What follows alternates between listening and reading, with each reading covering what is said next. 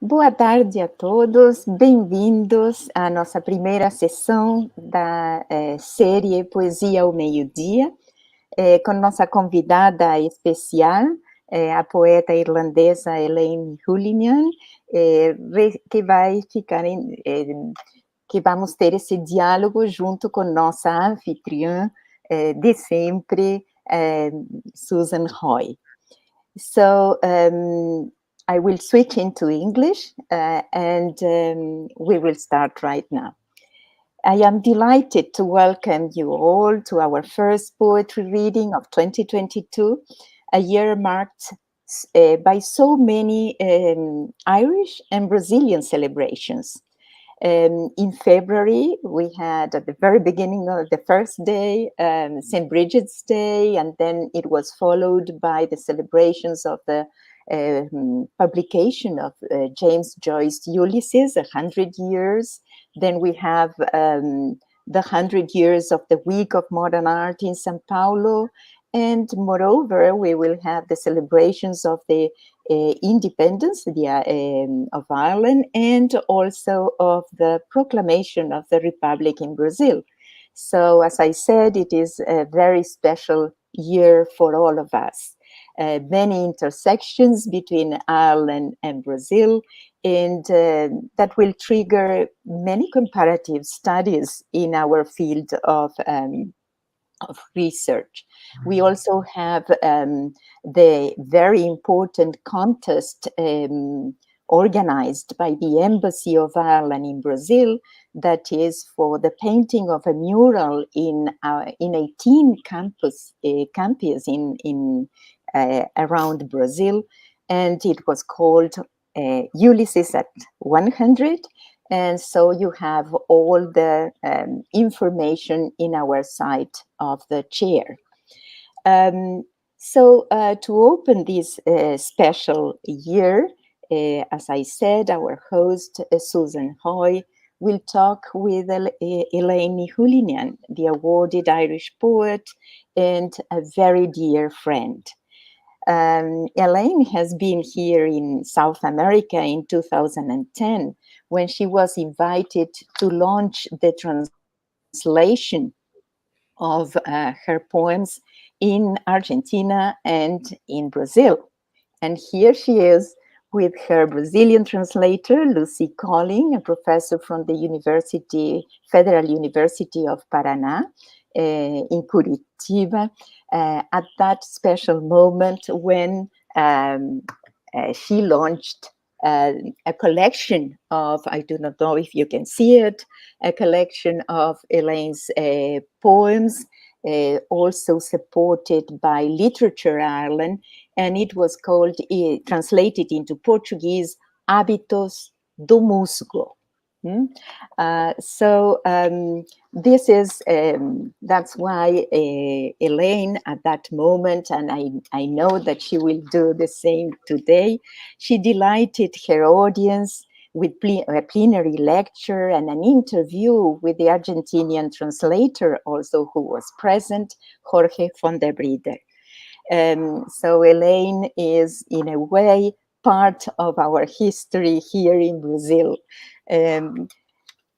I will introduce Eiléan to all of you, and then I will hand over to our host, Susan Hoy.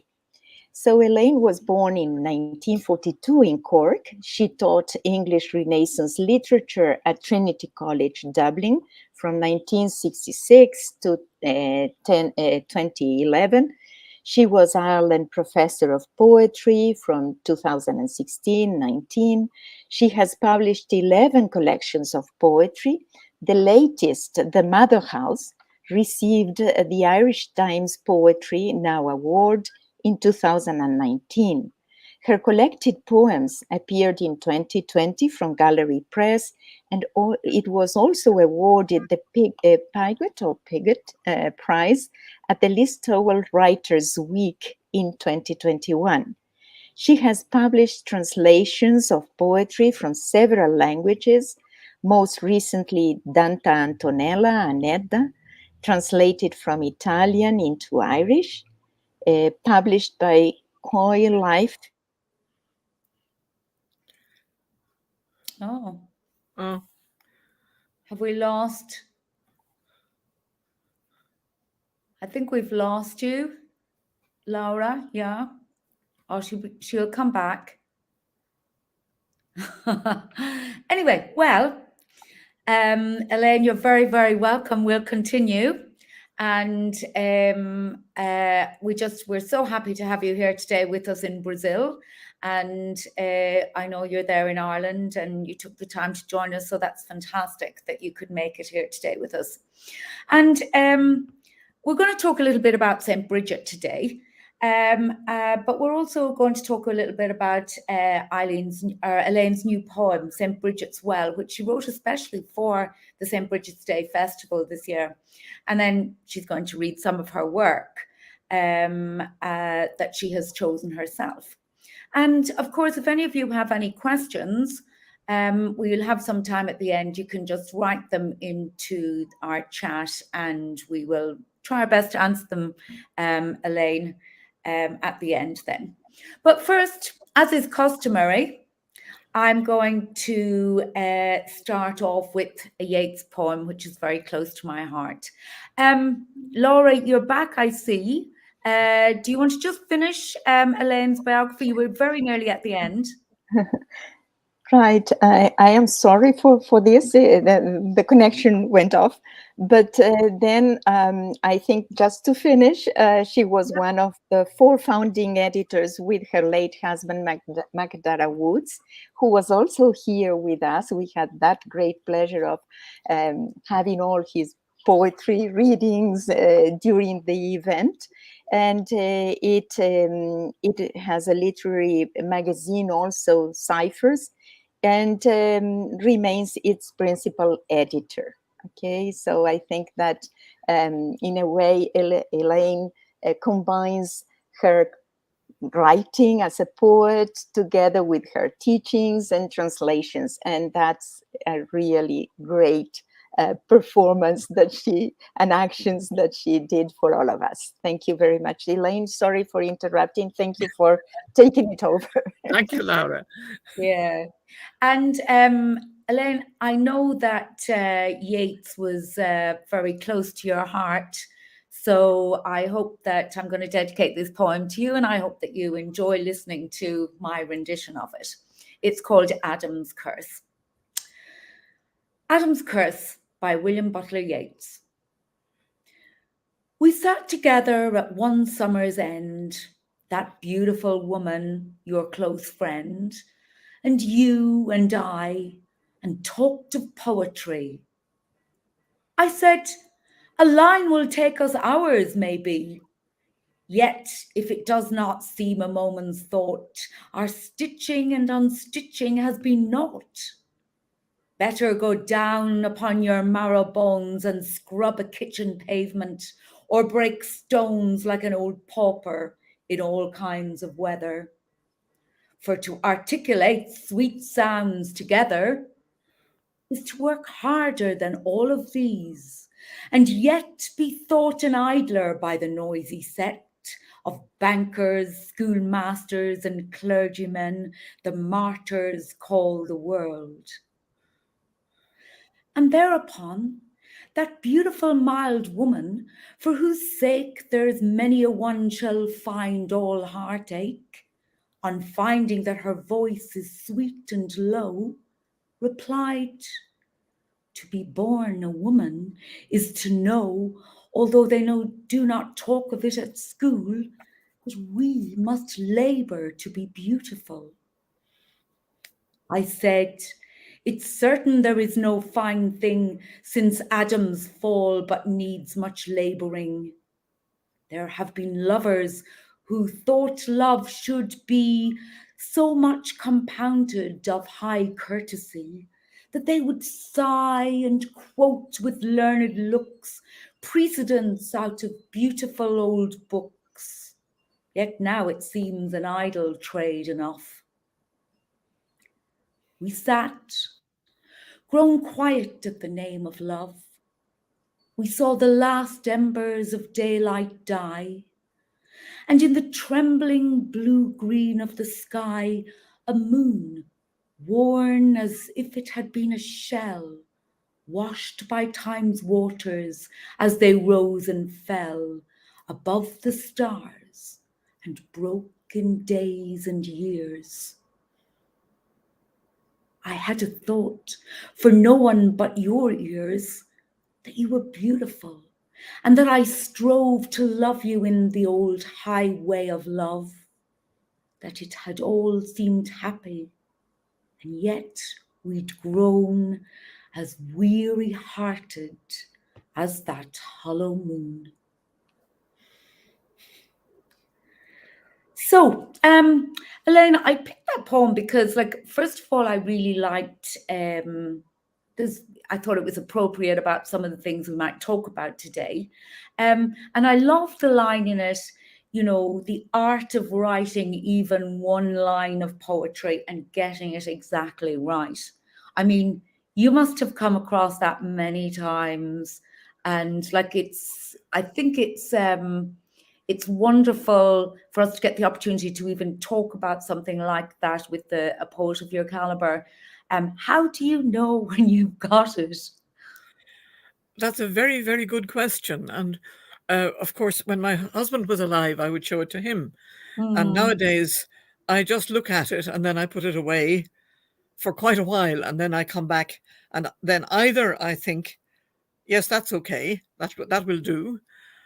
Or else I see something absolutely wrong, and it takes me a while to spot. I think that word is wrong, and I'll have to find something else. And sometimes I see it even when I'm writing it. I think that word is right, and that word is wrong, and I underline the wrong word to tell myself I must go back and find some other way of saying that. It's, I mean, Yeats, to articulate sweet sounds together. He really can do it. Yeah. That's even when he's talking nonsense. Yeah. And I love as well about how he talked about the art of being a woman, you know, and like, you know, she replies that, oh, you know, we have to spend so much time making ourselves look beautiful, and, you know, we're just passing it off as if it's nothing. And, you know, around that, I think about, you know, women do that all the time, you know, put so much effort into stuff and spend hours getting it right. And then you're saying, oh, it's nothing, you know, sure, you know. And I think that nowadays we're beginning, and I think this is what St. Bridget and this, like this festival and this celebration of women is beginning to realize, like, how much effort we're always putting into everything and how much we're doing, and that we're not going to say anymore, no, we didn't really, you know, what didn't matter. It does matter, and we want people to know, and it's being heard out there. And, you know, especially now with this, like, you know, the fact that St. Bridget's Day is going to be a holiday and a celebration of like women and creativity and the time and the effort and their voices. I think that this is like a wonderful way. And for the first time really in Ireland, I personally feel that, you know, women are being heard, being listened to and celebrated. Yes, I think, sorry, Yeah. go on. Yeah, I was going to say that, you know, this whole thing about St. Bridget honoring Irish women, and again, like yourself, you know, that have contributed so much in the past through this book, through your words, and all the women that came before you. And I know you have written a little bit about, you know, the voices of women that we still need to remember today because they were paving the way for this celebration that we have. Yes. And, you know, yeah. Sorry. No, I agree, except for laboring to be beautiful, because this is why I write so much about nuns, because it struck me when I was at school that they had a wonderful life because they didn't have to make up their faces or decide what they were going to wear in the morning. And I was very drawn to that. I always have been. Their independence of that particular thing, you know, of having to labor to be beautiful. But Yes, I think the tradition of women's writing in Ireland is becoming recognised now. Figures like the novelist Maria Edgeworth, but also many poets. Jane Wilde, for example, Oscar Wilde's mother. I think people are beginning to look at such people again and to see how much of value they wrote and how much they have to say to us now. Mm-hmm. And that's what I think. I mean, President Higgins said, and I'll quote, he describes St. Bridget as a woman who rejected the conventions of her time, dedicated herself to innovation in the realm of education, and who, in seeking to ensure that her voice was heard in a male-dominated world, had to summon an extraordinary courage to transcend obstacles and not just survive, but put a new version of things in place. And when you talk about beauty and stuff, I think that, yes, we're gone beyond that now. We're not, yes, of course, I think people, like, if women want to try and look beautiful, it's more for themselves. It's not so much, as things to be admired, because already our actions, our words, and our deeds are speaking for themselves. Yes, I mean, obviously it is a matter of personal choice. Yeah. And in some areas it matters more than others. I always think that teachers have a great responsibility not to look depressing, because the children in their classes have to look at them all day. I think it's terribly important. But yes, St. Bridget is another matter. I mean, the wonderful stories about her, including that she sold her father's sword in order to buy food for the poor. I think that is really telling us a lot about what Gaelic Irish society didn't want to look at, which was its dependence on war. Mm-hmm. So maybe you would share with us the St. Bridget's Well poem that you wrote especially for this year. And this poem, like, it's wonderful because it has been responded to in visually by how many artists? I think it's quite 80 artists or something that have presented this. It's more than 50 anyway. Yes, yeah. It goes. There's a woman called Martina Hamilton who does lots of things. She's a jeweler and she runs an art gallery in Sligo, and she had this idea of getting a poem and getting people to respond to it. She asked me to do this, and I thought I needed to go looking for ideas, and I knew that there were holy wells, which is a very important part of Irish religious folklore, that there were holy wells dedicated to St. Bridget. So I went looking for a couple of them, and this particular one I found.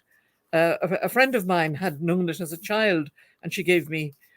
She told me to go and look for it, but of course, when I got to the place, I couldn't find it immediately, and it's really the search for the well that is behind the poem. So I'll read the poem, St. Bridget's Well.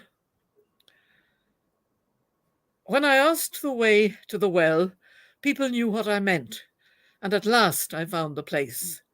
There was a tree with rosary beads and white paper twisted around the branches. I watched a girl who arrived just after me, wearing pink trousers and bright red sandals. She came in from the road, she stood and prayed and reached out, touching a stone, then moved a few feet to the right and did it all again. Just there, the path was a shortcut from the road to the houses. People passed with their shopping, heading home. One woman with a child. I heard her saying to the child, walking along in her school uniform, "It's for all the little babies that passed away." I wrote the words down that same evening to be sure I had the truth. It was 3 p.m, Wednesday in the month of June. I had caught her answer to the question I didn't hear in among the voices, the cars on the road, the soft slap of the sandals the silent visitor wore, the children coming from school. Well, I thought, who needs apparitions? But they came anyway, in spite of me, rising like steam out of a dark patch on the road, or more like the burning smell from a dark patch on an old door. If I wanted a map that would just show the wells, the culverted streams, the shortcuts, they came, they congregated, they insisted. What about the wall where the girls played 1, 2, 3 O'Leary? They said. I said, why do you want me to put that in? Our lovers' walk, they said. I gave them back their stare. What about the swan, said I. I saw her just now in my search, so close to me through a gap in a high wall, her head, her bending neck, white feathers of one wing. How could she nest up there and seem at ease? But when I turned to leave behind the dead end and come down again beside the factory wall, I heard the mill stream splashing downhill inside its prison pipe out of the brimming pond that I had not seen. Could I have forgotten the excess of water, the excess of all the stories I might have heard as I searched for St. Bridget's Well? Oh, that's wonderful. It's wonderful. It makes me think about the things you find when you're looking for something are often more interesting than what you're actually looking for. And they're coming all the time unaware to you, and you just have to be there ready to receive them, I guess. I actually found another well that I had never heard of before, and it's called Father Moore's Well, and there were people there who were taking the water because it's supposed to cure especially diseases of the eye. So, you know, you come across all this real material and you find you can't fit it all into one poem. So that's partly what the poem is about. Yeah, no, it's wonderful. And it's like looking in the attic for something. You go up to find something and you find like so many other things that you didn't think about at all, and they're often more wonderful than you forget what you came up for, really. It's about memory, I think. It's how memory works. Yeah, it is. Yeah, it's wonderful. So what one are you going to do for us next? Well, I thought I mentioned that I write quite a lot about nuns, but this is about a woman who didn't really want to become a nun. Her name was Nan O'Neill, and she was really a philanthropist. She opened schools for poor girls in Cork, which is where I come from, at a time when that was illegal because the Catholic schools were illegal.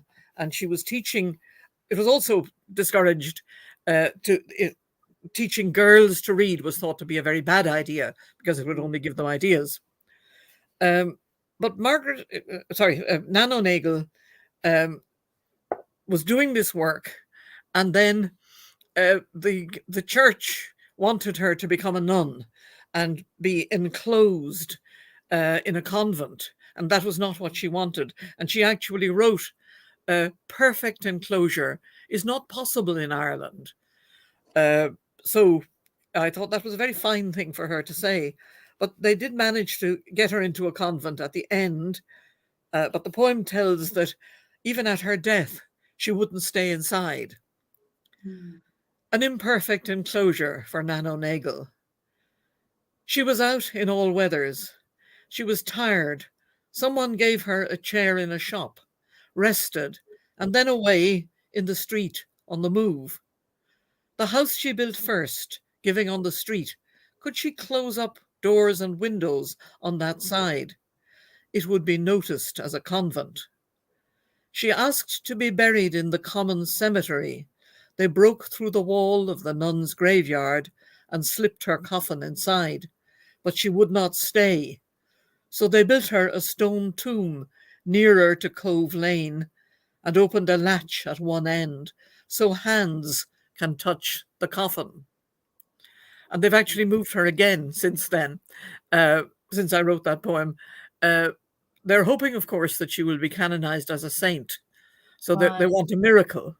And that's why people do go and touch her coffin through this sort of latch on the side of the tomb.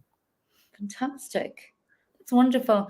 I mean, I've had a lot to do with nuns in my life. I was taught by nuns all through my early school days. And then I went, of course, to teacher training, where they taught me to be beautiful and keep the kids interested. But again, there were nuns there. And then but then once I started teaching, I was in primary school without nuns. But we came across them again.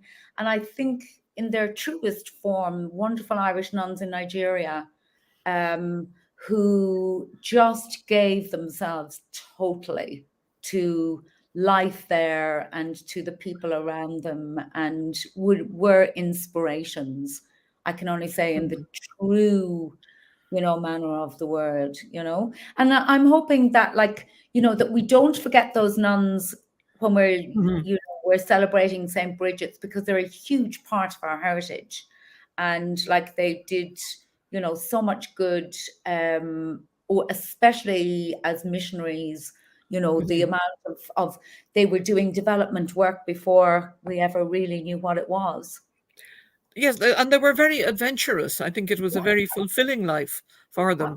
Absolutely. This book, The Mother House, is dedicated to Margaret McCurtain, who was a Dominican nun and also a historian. And she went about to convents trying to get them to be sure to preserve their archives, so that they wouldn't be forgotten, and so that whole swathe of Irish life, which was so familiar to my generation, and obviously to yours as well, would not be lost, because I think it is quite inspiring for women and girls. Yes, and they played an amazing role.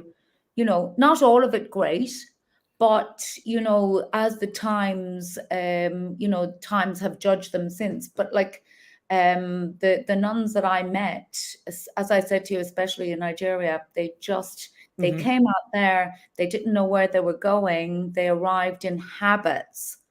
One of the nuns telling me how she trooped across, after being hours and hours on boats to Nigeria, and then walked and got across the terrain in the heat, in those habits. Yes.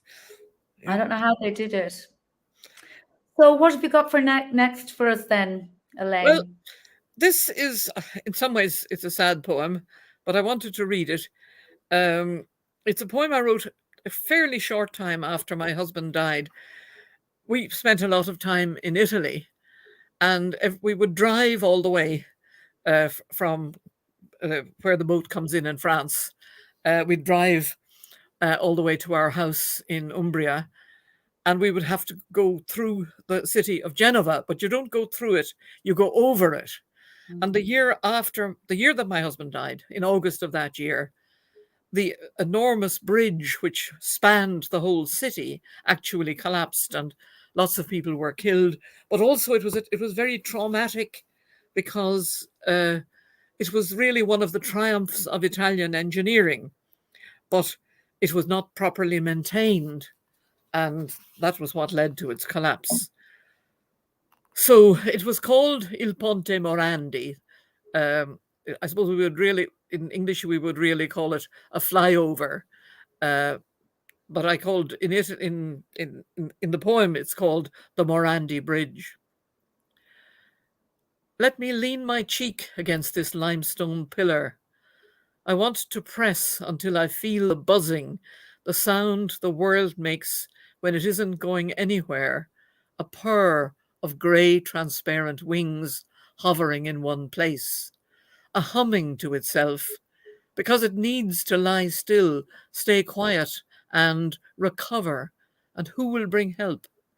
The noise when the bridge fell down in Genova, the road you and I drove along, slowly heading east, behind a small Fiat, packed and weighed down with people, cake, and flowers, for a mother-in-law that made a Sunday lunch. They were taking their time. It was lunchtime again each year when we reached the bridge, and the families were always on the move, so we'd drive along slowly those 15 minutes, high up over the factories and streets. I would tell you this news if the stones of the world could carry language, but after 8 months, the shock and the noise inside them still, they cannot move or even allow a message to pass through. I suppose I'm reading that poem because I realize now how true it is. When I wrote it, I was putting down the words, but I don't think I had fully realized their impact. But the good news is that the Morandi Bridge was reconstructed, and less than 2 years after it fell down, I watched, and it was in the pandemic, of course, but I watched them reopening and thought, what a wonderful day it was. And have you been back? You haven't been Yes, back? no, I haven't been back to Genova, unfortunately. I haven't done that drive since my husband died. It's quite a challenge on one's own, but I will go back to Genova certainly and see it again. That's wonderful. And you may have another poem or two for us? Yes, well, I've one more anyway. This one, since we're talking about, well, translation has been mentioned, and I do a good deal of that. I think for a poet, it's a bit like a musician practicing. You know, you if you haven't got an idea of your own, you find one somewhere else, or you're reading and you think, gosh, I wonder how I could do it. But this is a poem which is not so much about translation as about the gap, the difficulty of translation, the impossibility sometimes.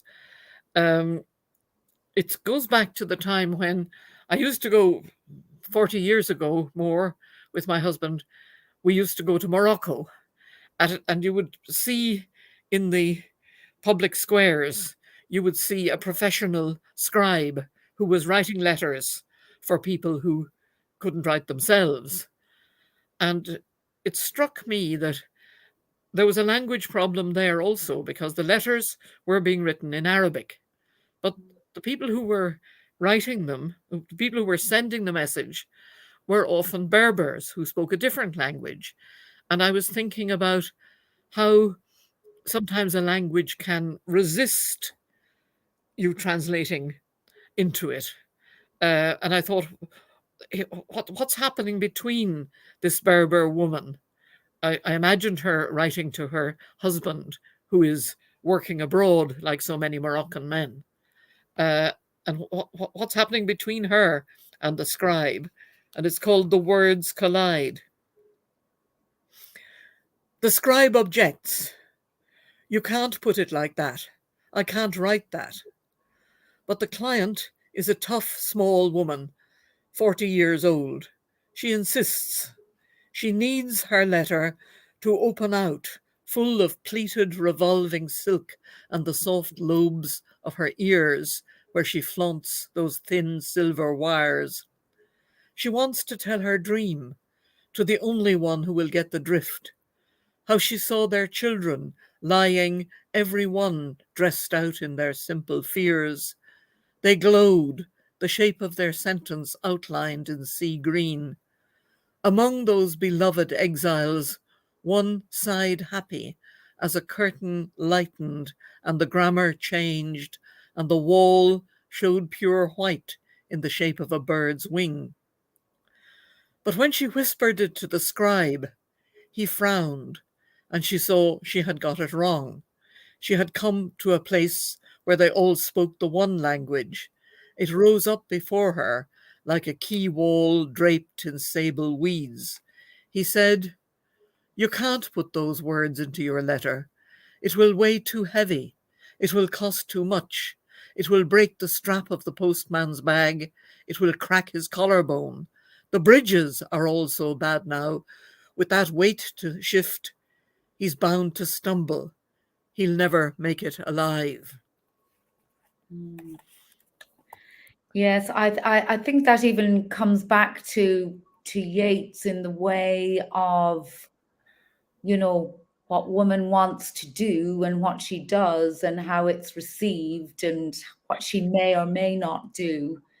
It's interesting that it's between the man and a woman here, that she wants to say one thing, but it's not the right thing. It's not Yes, the exactly. right Yes. way to say it. So that's very interesting. Yeah, I really like that. That's a wonderful way to finish up this like celebration of like women's creativity and St. Bridget and all that we've talked about today. Eiléan, that's thank you so much for giving us this lovely time together, which I've enjoyed thoroughly. And I just want to go over now to Laura and to see if like anybody has any questions or comments. They're perfectly if they would like to ask anything. And if not, like we're happy to present some music to you. We can't hear you, Laura. Yes. Thank you, Eiléan and Susan, for being the hostess of this very interesting chat with Eiléan. And it reminds me, all these poems, Eiléan, tells us a lot about you as a person, as a creative writer, as a teacher also, because there are so many things enclosed in your words. As you said, sometimes words collide in the translations, and I know that when Lucy was translating your poems, you had long chats with her, discussions, changing emails also, not only in person, but afterwards at a distance. So it was very interesting, the dialogues that we have with Lucy in relation to your work, how well chosen your words are, that sometimes are difficult to squeeze the meaning in another language. But then I think that, as I said, this idea of how memory works is something so dear to, and so nice to listen to you to speak about Macadara also. He lives in all of us till now, and I think it's so nice to show it as a woman, how important it is to have a partner that you have shared so much. You have shared poetry and all your interests. I do not know if you want to comment about it. Well, I think it's one piece of advice that I give to young people who want to have a literary career, which is don't live with anybody who thinks it's your hobby. People have to, you have to live with somebody who respects what you do. Now, they may not understand it.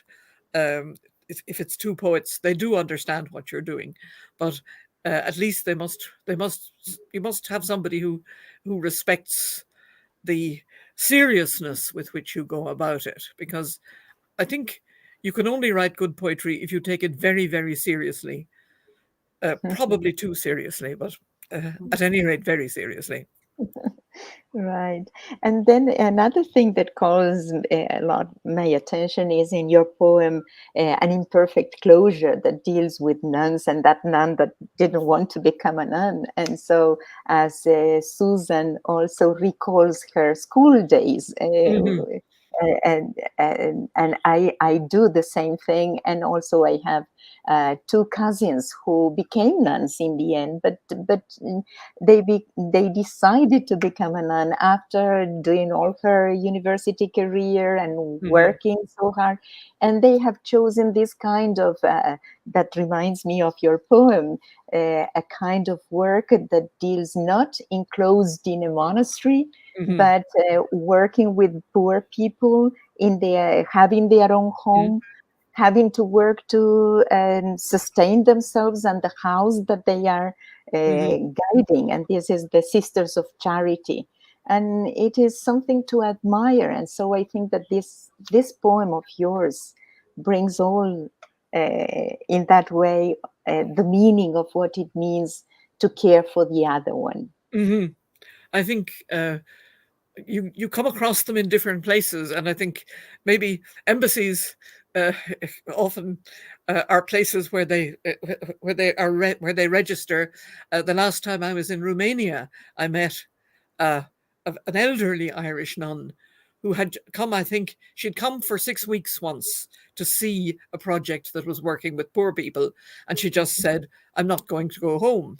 What she saw meant that she had to stay and keep on working. It is a sense of vocation, which often has got to do with this world, with making lives better, making other people's lives better. Exactly. Sometimes it's very evident. I mean, as for example, in the case of Nan O'Neill. The other thing, of course, about her was she had a lot of money. She inherited money, and she spent it on her schools.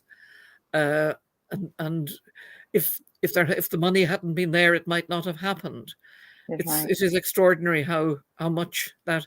But also somebody like Maria Edgeworth, who was a Protestant philanthropist, because she was famous as a writer, people sent her money during the Irish famine, and they sent money and they sent food, and she managed to distribute it, and it was really all because of her prominence as a novelist and the fact that she had correspondence in different countries that made it possible for her to do as much as she did during the famine.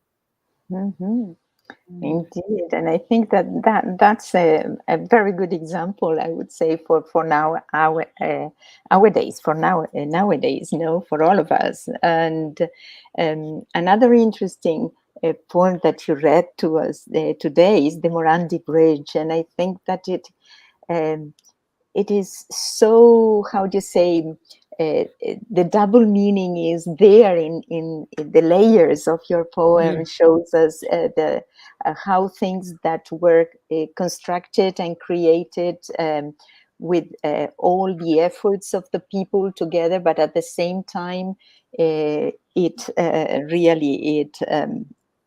collides, but at the same time you have the pieces, the fragments that you want to attach to that, to those fragments, and then at the same time to reconstruct that. And it's interesting because in the underlayers of the poem, it seems this idea of reconstructing the memory of what you have passing at that time, and at the same time seeing it already constructed, as you said, during the pandemic. So in a way, it is this kind of healing and through memory reconstructing things that really not console us, but makes us relive things together. I think too, what I was thinking of when I was writing that poem was all those families, because for some reason, it tended to be Sunday and it tended to be lunchtime that we would arrive, and you drive very fast on the motorway, on the autostrada, and then you suddenly have to go at the pace of these people who are maybe going to see their mother-in-law or going to see their friends or whatever, and it just reminds you of what the ordinariness, I suppose, of people's lives. Right. as they're lived in a particular place.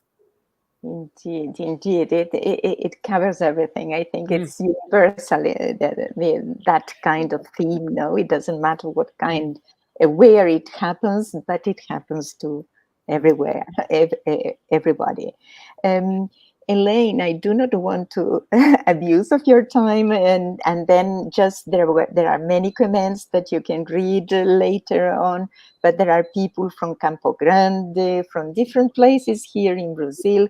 Herbert wrote here that he is from Sociedade Literária James Joyce of Campo Grande, so it's Yes. in another city, another state here in Brazil. We have people from all over around, and I know that many of them will switch on your on this YouTube recording afterwards, because we have different timings. But nevertheless, thanks a lot, and I pass over to our hostess Susan, who has started this year so wonderfully with your presence here, Eiléan. Thank you very much, Susan. Well, thank you so much, everybody, and Laura for making all this possible, and for Eiléan for being our very special guest today. I hope you'll return to Brazil. Yes. Talking about translation, I would not like to have the job of trying to translate your poetry. The nuances and the depth and the ideas are amazing and fascinating and wonderful. And on this St. Bridget's Day, we celebrate you as well as all other women for so many of your wonderful work and your trailblazing work in Ireland, and indeed the worldwide recognition that you've achieved. So I would like then to just finish up today with a little bit of music that was commissioned by the Irish Traditional Music Archive in collaboration with the Department of Foreign Affairs. And it's a new work by Caitlín Ní Chuilleanáin. She's a concertina player and dancer, and I'll let her introduce you to her work herself. So until we meet again, thank you so much. And thank you. Yeah.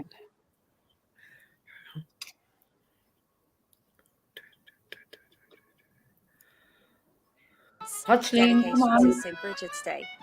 And legend has it that Bridget asked King of Leinster for some land to build her monastery. He refused initially, but when she went back, she asked him, "Will you give me the lands that my cloak will cover?" And he said he would. So each of her 4 sisters grabbed a corner of the cloak and they walked in opposite directions, north, south, east and west. And the cloak grew and spread and stretched. And she built her monastery here in Kildare, not far from where I am today. So the tune I wrote is a slip jig, and it has 4 parts to represent the St. Bridget's cross and the 4 directions of her cloak spreading far and wide.